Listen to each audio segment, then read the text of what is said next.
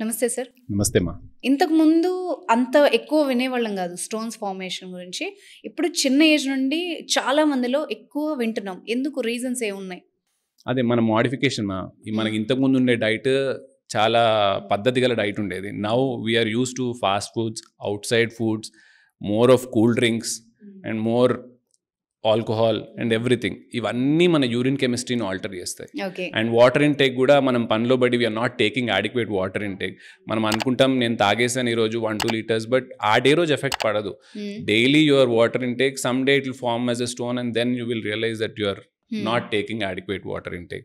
So ఈ habits వల్లనే మనకు స్టోన్స్ వస్తున్నాయి. ఇది we are doing it our self తప్పిస్తే నథింగ్ డిఫరెన్స్ హెస్ చేంజ్. పాతప్పుడు ఇలాంటివి ఏం లేవు. They use to eat home cooked food, everything and all. Now we are more used to eating outside food. There is more obesity in younger age group, there is more diabetes in younger age group, and at the same time you will have more stones in younger age group. So it is all interlinked. And ఇంకొక myth ఏంటంటే diabetic ఉన్న వాళ్ళకి stones form అవ్వు అంటారు. నిజమేనా? అంటే వాళ్ళు రెగ్యులర్గా యూరిన్కి వెళ్తూ ఉంటారు కాబట్టి ఛాన్సెస్ ఉండవా? అలా ఏం లేదమ్మా. సో డయాబెటిక్స్కి మెయిన్గా ఫామ్ అయ్యేటివి ఇన్ఫెక్టివ్ స్టోన్స్. సో యూజువలీ మనకి ఇప్పుడు నార్మల్ పర్సన్కి ఒక డయాబెటిక్ పర్సన్కి డిఫరెన్స్ ఏంటి అని అంటే, ఒక నార్మల్ పర్సన్కి స్టోన్ వస్తే we can wait for 3 to 5 days. Block అయ్యి కిడ్నీ యూరిన్ ఆ కిడ్నీ నుంచి రాకుండా ఆగిపోతే we can wait for some time. కానీ డయాబెటిక్స్లో ఒకవేళ అలాగే యూరిన్ నిడివిండిపోతే వాళ్ళకి ఇన్ఫెక్షన్ ఛాన్స్ వీళ్ళకంటే 10 times ఉంటుంది. సో ఒకవేళ మనం హిస్టరీలో పేషెంట్ డయాబెటిక్ అనుకోండి అండ్ స్టోన్ బ్లాక్ అయింది, so preliminary we will try to remove the stone as soon as possible. Because ఆ యూరిన్ నిల్వ ఉండిపోవడం వల్ల ఇన్ఫెక్షన్ రేట్స్ వాళ్ళకి చాలా ఎక్కువ ఉంటాయి. Okay. So they have the tendency to form stones also. So it is not that వాళ్ళ urine ఎక్కువ వెళ్తే స్టోన్స్ ఫార్మ్ అలాంటిది ఏమి ఉండదు.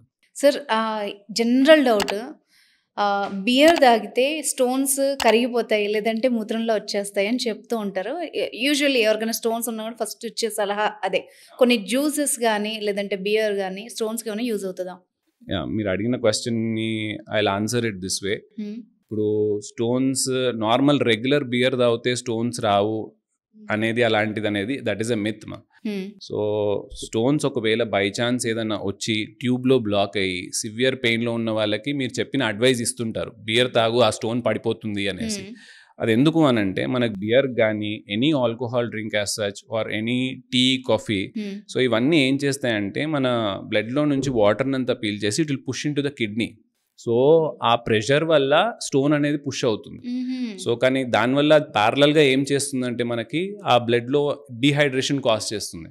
సో వాటర్ అనేది కంప్లీట్ ఎక్స్క్రీట్ చేయడానికి ట్రై చేస్తుంది. So next day you will feel dehydrated. So ఆ డీహైడ్రేషన్ వల్ల మళ్ళీ నెక్స్ట్ డే కాన్సన్ట్రేటెడ్ యూరిన్ వస్తుంది, మళ్ళీ మినరల్ సాల్ట్స్ మళ్ళీ అక్యుములేట్ అవుతాయి.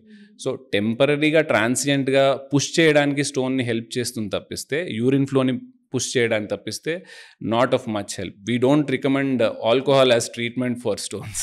Right. Thank you so much sir. Thank you మా.